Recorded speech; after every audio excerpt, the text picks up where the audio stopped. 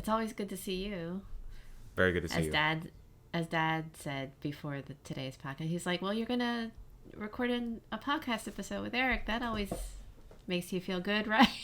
Oh, I well, know. that's nice of So, Dad. yeah, it was nice, and he's right. It does always make me feel good.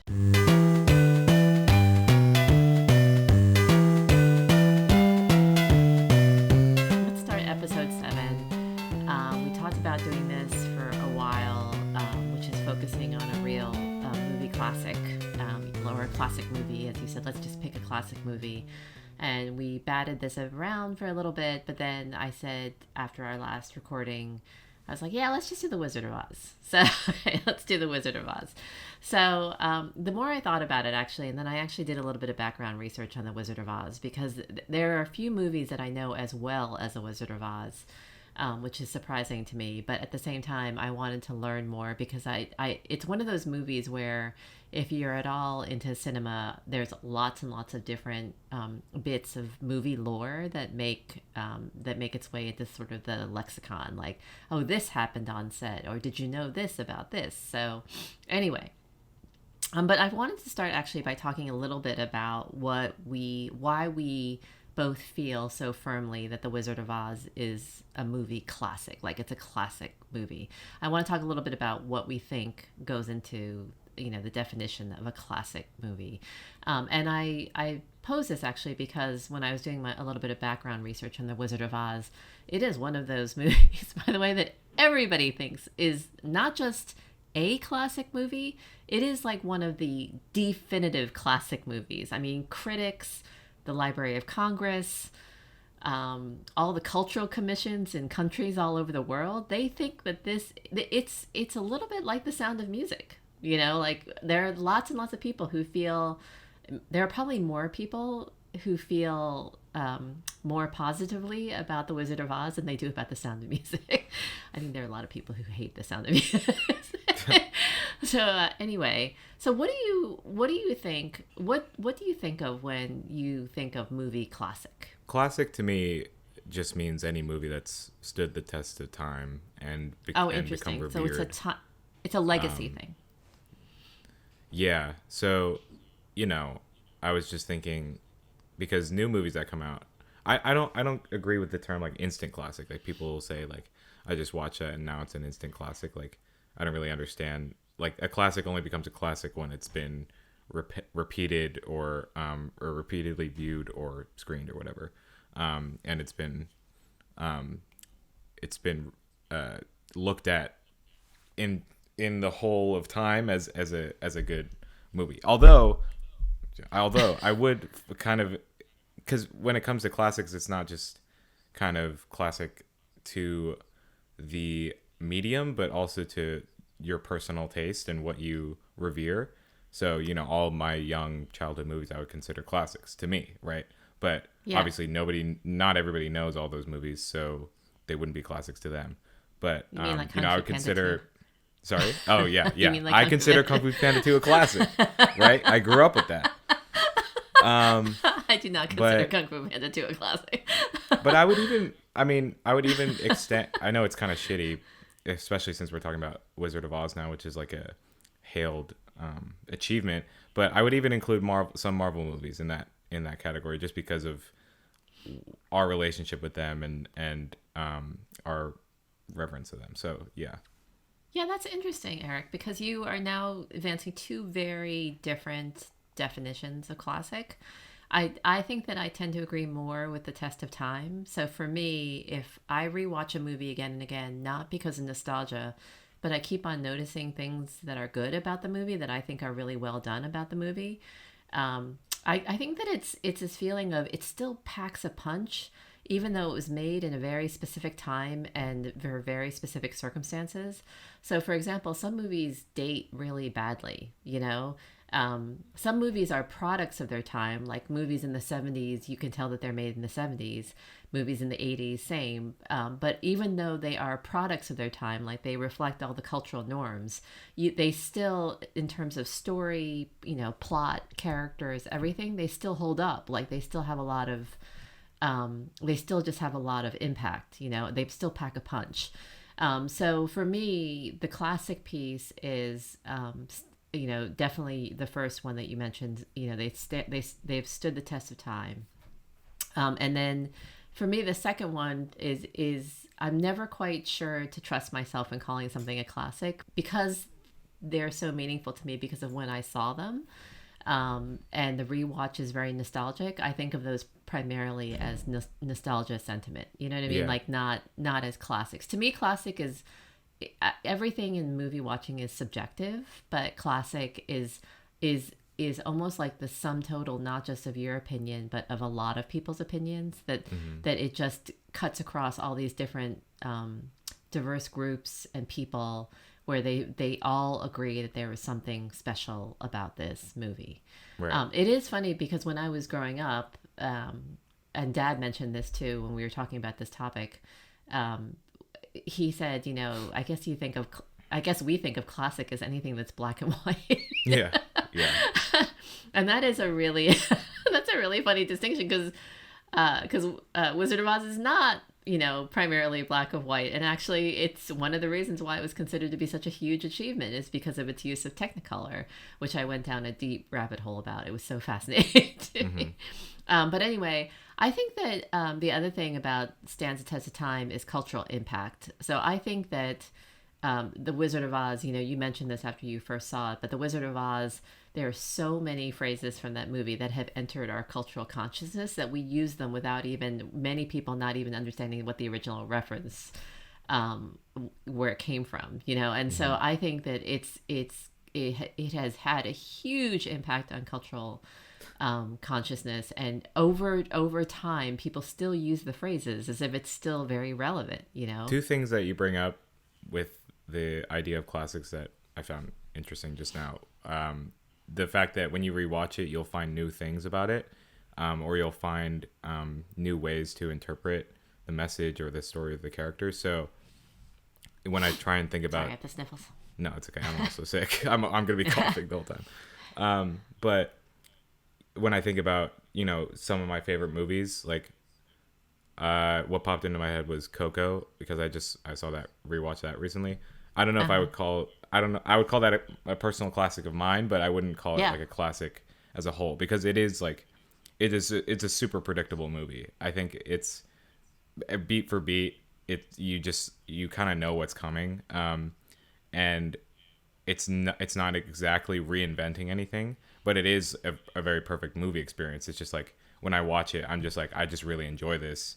And I'm not like, oh, I didn't notice that before, or oh, I didn't see that before. Like that doesn't happen when I rewatch, or that didn't happen when I rewatched Coco. And then another thing you said was that it enters our culture, and that's really funny for Wizard of Oz, because like, the lines will say, will enter our conversations and pop culture and stuff, but nowadays it creates memes, like, yes. Avengers has created so many lines from Avengers and Thanos and stuff has entered all memes and all jokes in terms of our, my age group circle especially. So does that mean that it's a classic, or is it just like funny? It's just a measure of impact. That's it. There are many different measures of impact, and I think that the entering cultural consciousness has to be combined or seen together in tandem with the stands the test of time metric. And I say this because I'm going to go into a little fun fact rabbit hole about the Wizard of Oz. But when I was looking it up, I remembered that it was made in the 1930s, but it actually came out in 1939. And when I saw that date, my jaw dropped a little bit, because that is just that's like when Hitler invaded Poland at the start of World War II. That's like a huge moment for this movie to come out. And it did not gain any traction the first time it was released, even though it was... the other thing that blew my mind was that it barely made back its budget in its first release. Oh, wow. And it was its budget was, for MGM, was $2.7 million, which for 1939, that's like James Cameron level of budget. Okay, that's like $400 million for nowadays, the equivalent of it. Nothing, absolutely nothing. It's nothing, yeah. And so I mean, you could barely make an independent film for that amount of money. But anyway, Yeah. it's crazy. It is crazy how much it cost, how much they put into that movie, and it did not gain cultural traction until 1949 when it was re-released. And so it was re-released, I think, like every 10 years or so, and each time it became a bigger deal, which is a really funny strategy when you think about it. You know what I mean? Like, I didn't know I that. mean, obviously, yeah, I know. Obviously, like when people were just going through it. But what was funny to me is that my parents. So we'll transition in a moment, talking about the first time that we saw The Wizard of Oz. But for me, the first time when I saw The Wizard of Oz was when my parents. It was showing on TV. I think it was ABC on one of the network channels, and my parents said to me, "You have to watch this movie. You have to watch this movie." They just said, "You have to watch this movie," and it wasn't only it wasn't until later that I realized that my parents, when they grew up, when they were in their 20s, for them, these movies in the theaters were huge cinematic big deals. They were just such big deals. So I realized when they told me this, like with hindsight though, that they must have seen The Wizard of Oz on one of its re-release events, and that and Gone with the Wind. These were the days when you had to take intermissions when you were watching really long movies, when they had to switch out the reels and they gave you a break in the theater. But my parents were basically telling me that their minds were utterly blown by Gone with the Wind and by The Wizard of Oz. Wow. Yeah, they couldn't believe what they were seeing. They were so swept up in the story. They were so swept up in the visuals and the splendor. And Sound of Music was another one. And so they felt so strongly about these films, that they felt like I had to see it to make it a part of my cultural consciousness as well. Like they felt that it was such a big deal for them. And so Well, that's so funny that you imparted that to me also. yes, I know. That's the thing. There's a generational component to creating a classic, Right. which is when you pass down this sort of cultural legacy. And what's really funny is that I read that the director of The Wizard of Oz basically left right after production, or like just before production was over, because he needed to take over Gone with the Wind, which was going through hell. Oh. So Victor Fleming was the director for Wizard of Oz, and he went to go take over Gone with the Wind so there are these. In other words, there are these. These are the stories we hear about today in Variety, where there are these like disaster film sets which are running totally over budget. But this was like the 1939 version of making these films, which to me is utterly fascinating. And I'm also a little bit jealous of my parents' sort of wide-eyed wonder at seeing these films as true magic for what they were, like how magical they were, including the technology, because it was the first time that Technicolor had been put to use in a story of this magnitude and a film of this magnitude. So Right. that's my fun little rabbit hole in Wizard of Oz. So let's talk about, why don't you start and talk about the first time you saw it, and then you just rewatched it too as well. So talk about your impressions the first time you saw it. Yeah, I remember you asked if I wanted to go see it because it was getting re-released in theaters. Yes. And I remember, I don't think I'd had really much knowledge of The Wizard of Oz at all. I just knew it was a very popular thing, and I think I'd always seen the characters, on Halloween or.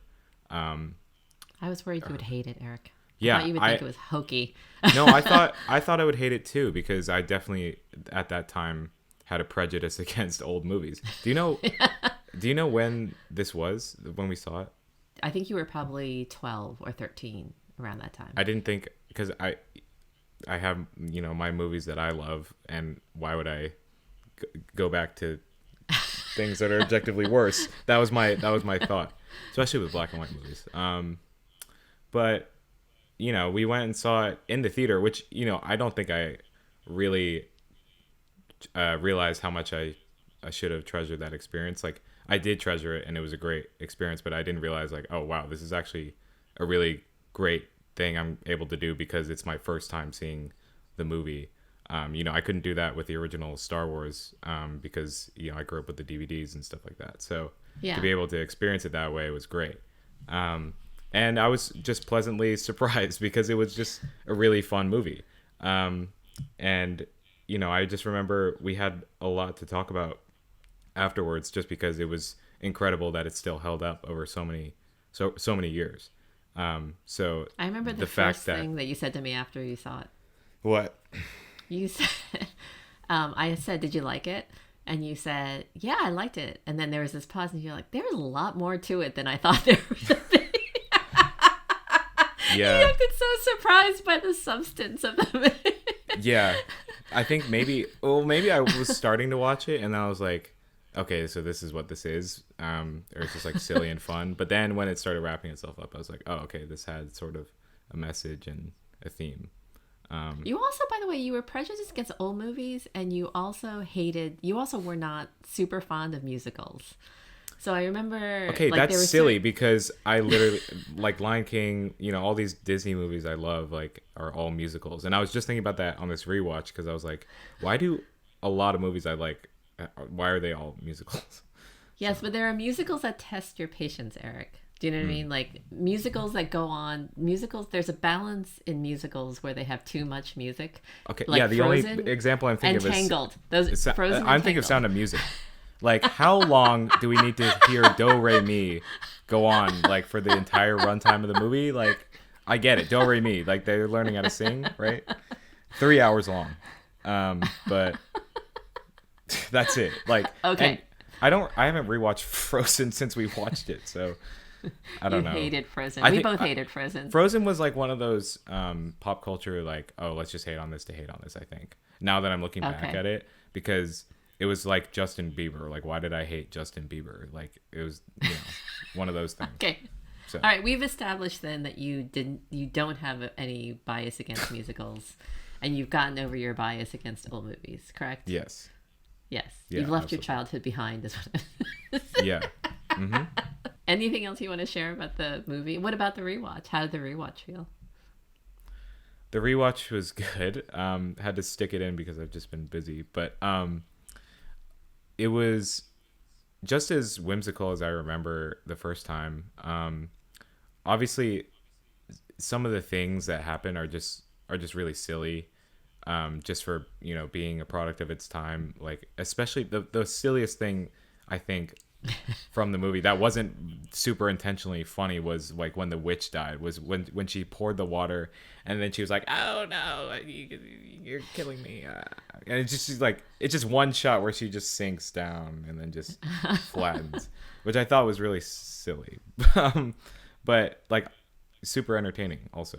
And it's a good, I think an hour and 40 minutes is a really good size for a movie, I've been recently discovering, because I think the perfect movie makes it to 2 hours and is able to deliver something amazing in those 2 hours.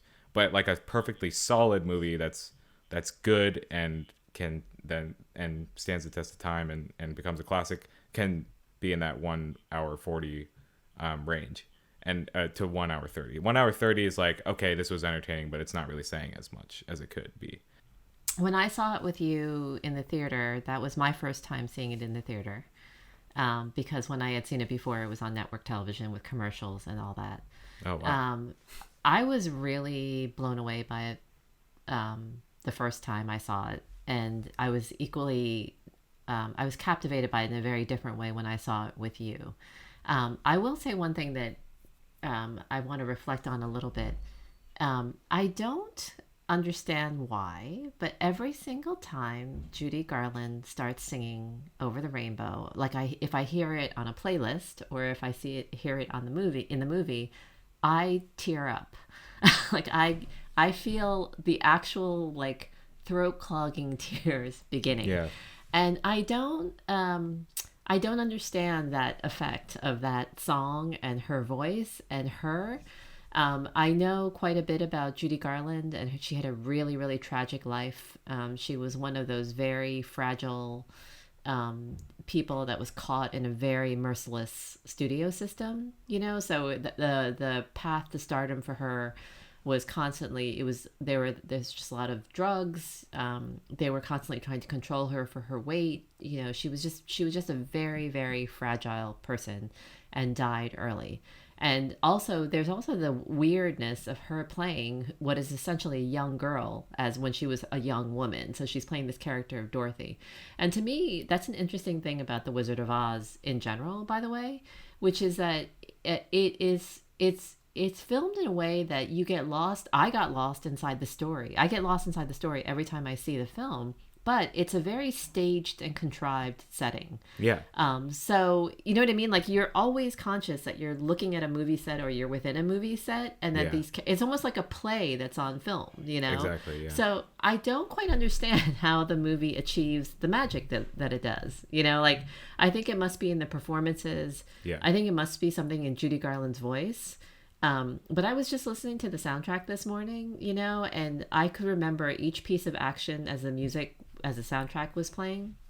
And then when Over the Rainbow came on, I again felt that throat clogging like ball of emotion, and it's very it's very weird to me. But from a technical standpoint, I just want to comment that as a child, seeing that transition from the black and white world to the colorful world of Oz, that was a moment of movie magic for me. When she steps out and sees the land of Oz for the first time, and now that I did on this research, I did all this research on Technicolor and what a highly intricate process it was. It basically involved, I don't know if you know this, Eric, maybe stop me if you do, but it basically I kind of should know more because I, theoretically sat in class and listened to it. You did? But, and took notes on it, but who knows? It was fascinating. It was fascinating because they had 3 reels of black and white film running, and each reel of film was tasked with capturing a different color. Yeah. And then not only that, but in the printing process, because they had filmed it with these 3 reel, then they were able to make it super, super saturated. So you know how we've talked a few times about how CGI or VFX, I don't know what the acronyms that we're using these days, but you know how we're saying that they don't work unless they are really in service of the story, you know? That, to me, the use of Technicolor to indicate that Dorothy is in a different place, you know, a place as diametrically opposite to Kansas as you can possibly imagine. That to me is a really beautiful, that's a beautiful fact, you know, that they use this new technology to also in service of the story that Dorothy herself was in a different land. Yeah, I just thought that was really cool. The 2 biggest things that help bring through that emotion and the investment in the story is, I would say, is the performance, because Judy Garland is perfect at playing the most innocent girl you could possibly ever conceive. The way she's so she's not dumb. She's sort of ditzy, but she's not dumb, you know, and it's just really, it's just childlike wonder, and it's not annoying too. That's another thing. You said she was older when she went, she's a young woman 20s, playing a child, basically. Yeah. But I think that allows for more nuance in terms, and because I think how kids are portrayed these days they're just like the most annoying little shits. But yeah, and you know what's really funny is that Toto for me played the role of the stupid kid. yeah. The dog. No, what are you the talking dog about? was a stupid. But Toto was so annoying. He kept on running. He was the reason why she didn't get into the balloon. Okay, no. I don't agree with that. Okay, go on. Toto was sick. Toto pulled back the curtain also. You're right. And I loved how they, the side note, but I love how they credited him in it was Toto, played by Toto. So yeah, there's Judy Garland. She not only played a perfect innocent child, but also had a beautiful singing voice, and beautiful, acting skills. And that was also coupled with the other characters too, like all of the different, all of her friends, they were, all different and expressive in their own ways. The Scarecrow was really jittery and like jumping around all the time. And yes. I love the detail that she kept like having to hoist him up as they were like, yes, like trotting through the yellow brick road. Like she would just keep going like this. Yes, there was really good physical acting in this. Yeah, yes. And same with Tin Man. You know, he's just robotic and moves like that. And the lion. I just remember how the lion held his paws like this Yes. all the time. Yeah, but the lion was also like a wild card. Like most of the time he would do this, but then he would just, get all brave all of a sudden and then get really funny, and that was his thing. So, yes. Or he would hold his tail. So all the different expressive stuff, that really and the camera work and just the staging, letting them just kind of do that instead of getting all complicated like Citizen Kane. Like, oh, we got to get all this like cinematic stuff that probably wouldn't have served the story.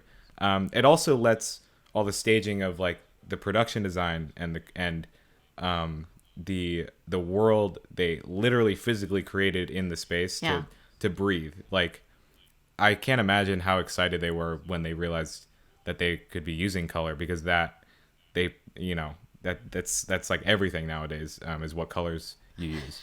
And seeing like you could see the buildings they created for Munchkin Land, I think it was, and you could see the backdrops are still beautifully drawn and made. They let everything stand on their own, and it's because people put so much hard work into these specific things like their costuming and all that stuff, that they let it breathe. There are visual details that stay with me all the time from that movie, which is just, I think, a huge testament to those the slippers are design. So like sparkly, and I know. You just like, oh my god, I want those. They're in the Smithsonian. I just saw them recently. Oh, actually. Really? The original ones? Yeah. That's cool. Yeah, the original. Well, they were like one of 7 pairs, and there's a few pairs that have been archived in the Smithsonian. So I looked at them recently, and they're still pretty sparkly, although they look really old. But the visual details that stand out to me also, I still remember, like as a child, I remember thinking how appropriate it was that the yellow brick road began in that curly Q before it got wider and turned into an actual road. So it was a really good way to start the song, which is follow the yellow brick road, follow the because there's a funny story about that. But and Toto was following her. Love that Toto was following her. I may have been unjust towards Toto. Toto was so cute. That's also another part of the emotion that came through, was the fact that they were gonna kill Toto. They were just gonna she was gonna murder Toto, and I felt for Dorothy. I'm like, holy fuck, that's awful.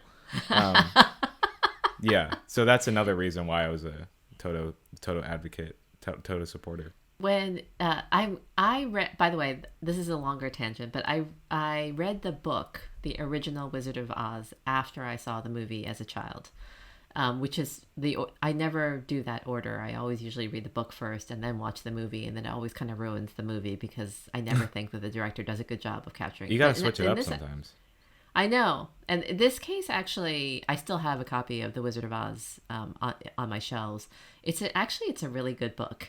Mm-hmm. And the dialogue is unintentionally funny, I think. And all of the dialogue is funny because how can I say this? He's trying to show this surreal world that she's in that's so different. It's so magical, and it's so bizarre and disorienting, and it's so completely the opposite of Kansas, the state of Kansas. Yeah. And so one of the funniest lines has to do with Toto, because they're asking Dorothy to explain what she is, because they've never seen anybody who it looks like her other than somebody who's a fairy, like a witch, right? And so then she explains that she's not a witch, but she's just a person, just taller than the Munchkins. But then they ask her what Toto is, and then they're like, he's a dog, and they're like, well, what's a dog? Is that like a cow? Is it like a magical beast? What is he? And she goes, he's a meat dog. So she's trying to basically explain that Toto is made out. He's basically an animal. She's trying to come across with the word mammal, but she doesn't have the word mammal. So she's like, he's not. He's a meat dog. Yeah. Which cracks me up. Oh yeah, anyway. There's another one of those jokes in the movie when Oz is trying to say there are do-gooders who are called Phil, good deed doers. So funny, and I'm like, oh, I know philanthropist. Okay, yeah, that was. That funny. Is funny. Yeah. Didn't catch that last time. So actually, the book is really good. But here's I was gonna sort of I have never seen the other musical version of The Wizard of Oz, which is called The Wiz.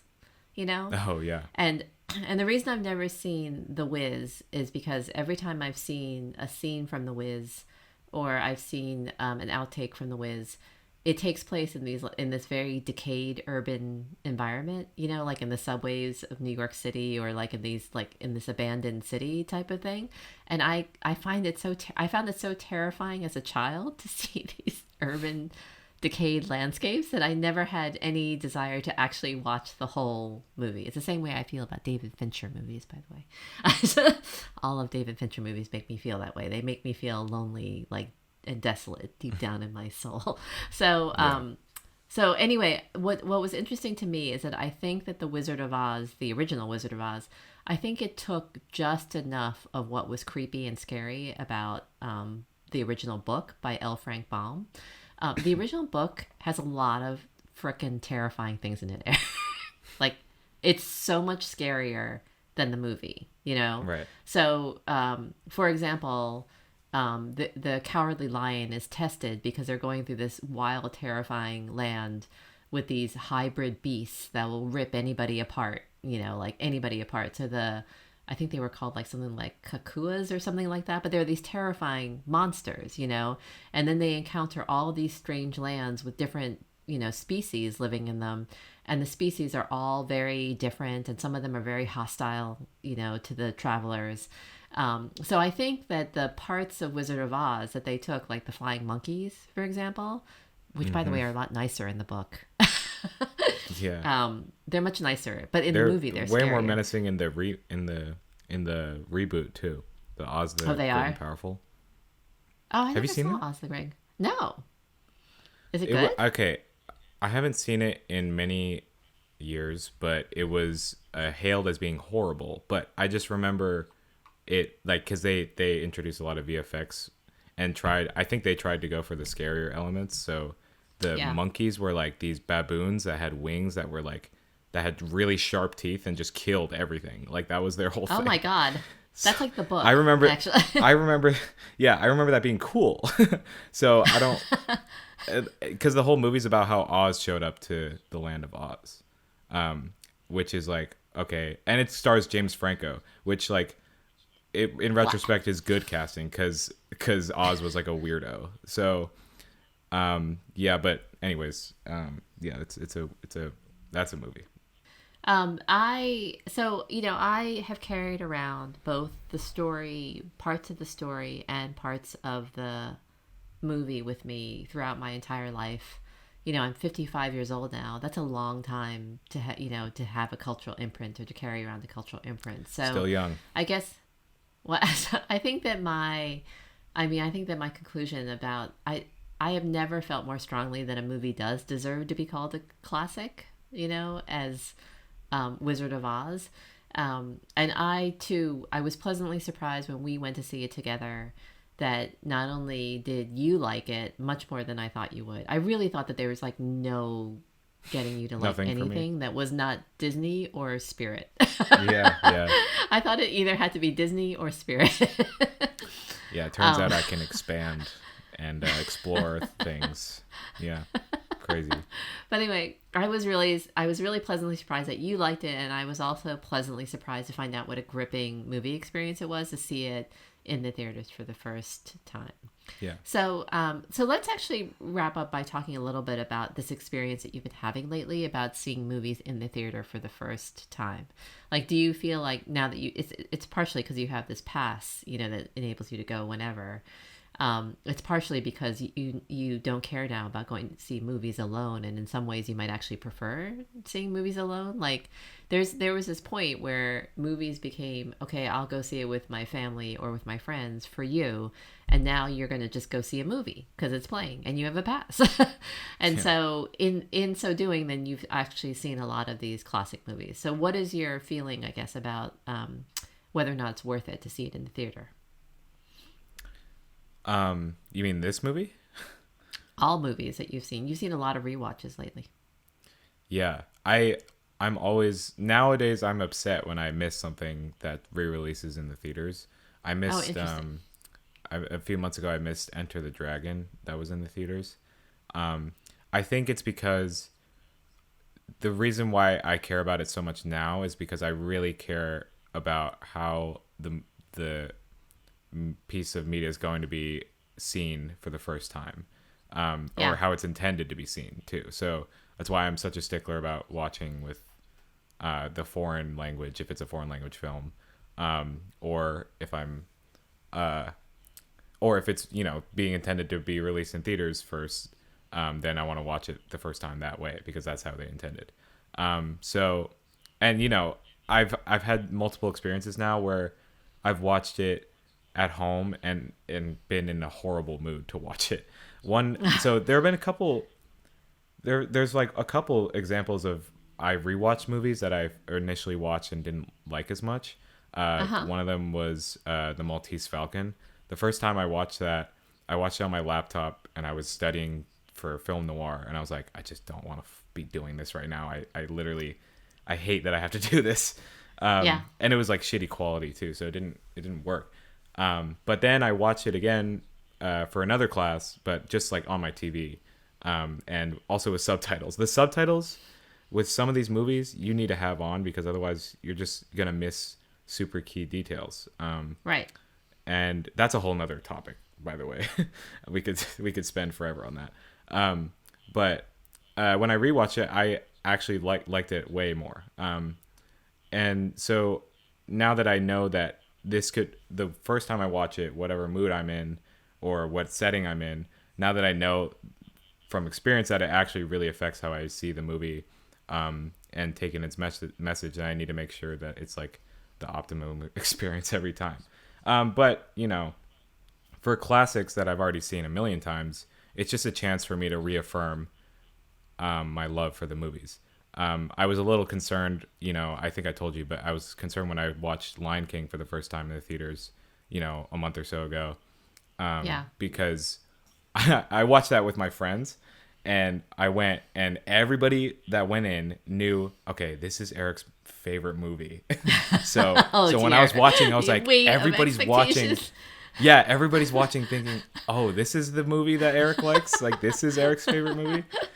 And so I just You're started being like picking it judged. apart. Yeah. I was like, okay, well, maybe it's not the best movie, like, what I was watching. And, but then I went to see it again and I was like, oh, I was just, well, what am I doing? Like, this is my favorite movie. So, that's another thing, going to the theater with friends versus by yourself. And I think I haven't figured out which to do for which. Like, I think going to see bad movies with friends is necessary. Like, if you know it's gonna Yeah. be not great. I just saw the Five Nights at Freddy's movie. Like, that was just an experience you needed to like be in a room with other people and be like, this sucks, and this is really funny that it sucks, but it sucks. Yeah. And then some is just like a solely individual experience that only you can really have.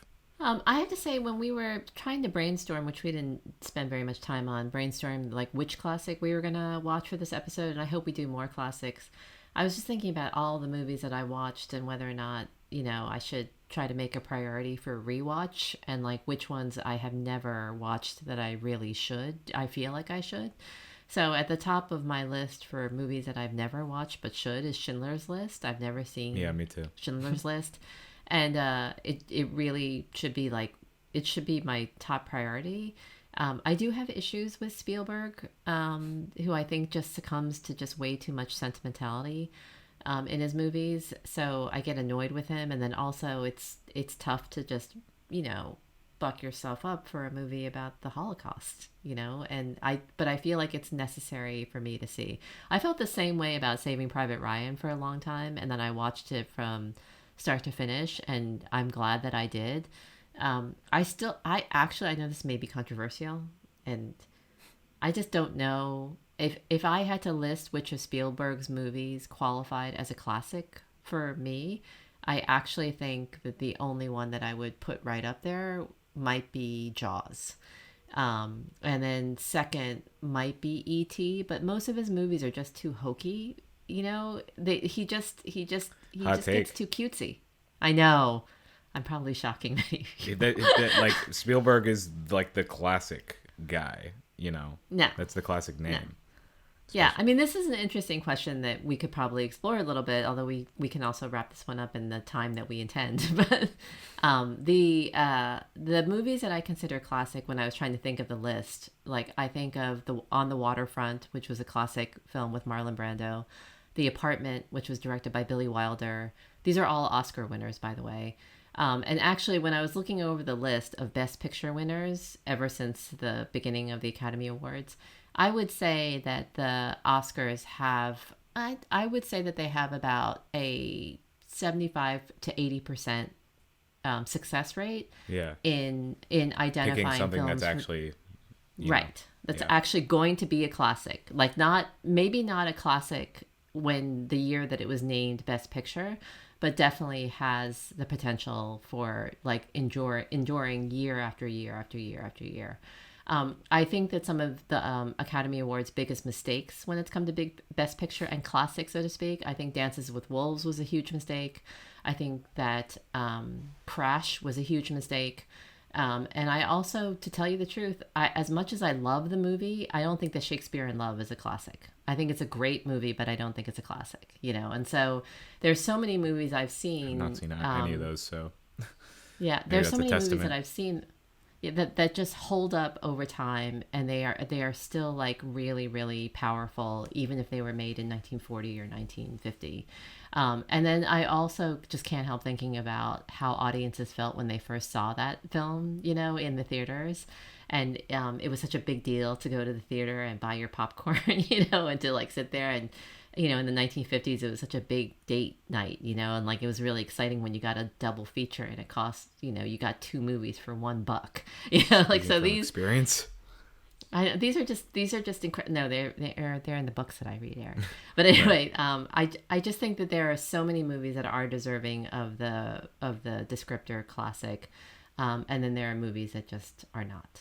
So that's where I would end this discussion. Any movies on in terms of your priority watch list? I've been meaning to watch Fight Club forever. David Fincher. David Fincher. But it's always, you know, because when you download Letterboxd, all the movies that pop up first are some of the most popular ones on the app. So there's Once Upon a Time in Hollywood. There's Joker. There's, you know, all these. I mean, and maybe a couple more Scorsese ones, like all the film head ones that I haven't seen. Those are all toxic boy movies, Eric. I know. But I got to see it to see if it's actually worth the hype. It's another way for me to procrastinate, though. Being a stickler on having it be the best experience when I first watch it. Like I have to make sure everything's cleared, and I can just sit down and like, because at home there's so many distractions. Like I could have a way easier time going to the bathroom here than I would, you know, in the theater. Well, that's why the theater is like good, because it just kind of prepares me for that sort of thing. But you know, there's so many distractions nowadays. It's really hard to just sit down and ingest something that's worth watching. So, yeah, especially if you don't like it, you know. I remember The Sting was one that Dad and I were excited to have you watch, and you were like, yeah, it was okay. Yeah, it was okay. But then, you know, I watched Cinema Paradiso, and I was sobbing. So yeah, Cinema Paradiso is a classic. I think, and you know, it is a testament to the movie. If it doesn't matter what you watch it in, it's going to impact you either way, you know. Yes. You know, watching things on, I always get mad when people watch movies that I like for the first time on the plane. Yeah. Like yeah, that's the worst. On a flight is probably the worst place to watch a movie. I agree. And that's why I relegated, you know, the Lion King remake to watching that on the plane, because, you know, that's all the attention it deserves. But it's like, yeah, it doesn't help, you know, all the sound and stuff. Yeah. Let's make a pact then, Eric, maybe when you're home this next vacation. Let's watch Schindler's List together. Let's just check that thing off. Let's check that movie out. Okay? Yeah, let's do that. And we'll do it at night. We'll do it when there's not a lot of distractions. We'll set a time and we'll just power through the 3 hours. Yeah. That is, by the way, the thing that's preventing Dad from going to see Killers of the Flower Moon, which is normally a movie that he would be out to see the first weekend. Right. Is the fact that it's almost 4 hours long. I know. I heard about that. But it's like 4 hours. Apparently people like it. But I haven't been getting out to the theater that much lately. One thing I wanted to mention about Wizard of Oz again before is like I remembered when the line came up that this was like when I watched it the first time with you, like it was your favorite line to repeat back, and it was at the end when he's like, "Pay no attention to that man behind the curtain." It's like there's a lot of underrated humor in the movie that I like, and that's one of the lines. That's one of the big, that would be a meme today, paying no attention to the man behind the curtain. That's a constant thing. And then the other thing that constantly gets repeated, is that we're not in Kansas anymore. And I always think about that line, and then I always think I've never actually been to the state of Kansas. So I always think about that as an important reference point. Yeah, me too. And I'm sure, you talked about Grandma and Grandpa loving the movie. I'm sure they resonated with There's No Place Like Home. I'm sure that that hit them in a certain way because, they're not from the U.S. So. Yeah. I think it hit them. I also think that the most mesmerizing performers made a big difference across cultures, which is probably a good test of performers these days too, because for my mom, for example, Elvis was a very big deal. Like she said, we in Korea in the 1950s, we could not get over the sound of his voice and the way that he looked when he performed. And they saw all of his cheesy movies, which I saw quite a bit of when I was little too. I saw a lot of the Elvis beach movies. And so it is really funny how the real cultural icons of each decade crossed, global boundaries and became like a big deal no matter where they were, Yeah. And now our Elvis is Austin Butler. Yes, and soon to be Jacob Elordi too. Sofia Coppola now has a movie out. Sofia Coppola? Priscilla. Coppola, yeah. Priscilla, yeah. So Jacob Elordi plays, I heard it's great. Sophia, I think she's a really talented filmmaker, and I really like her movies so far. But anyway, so this was fun.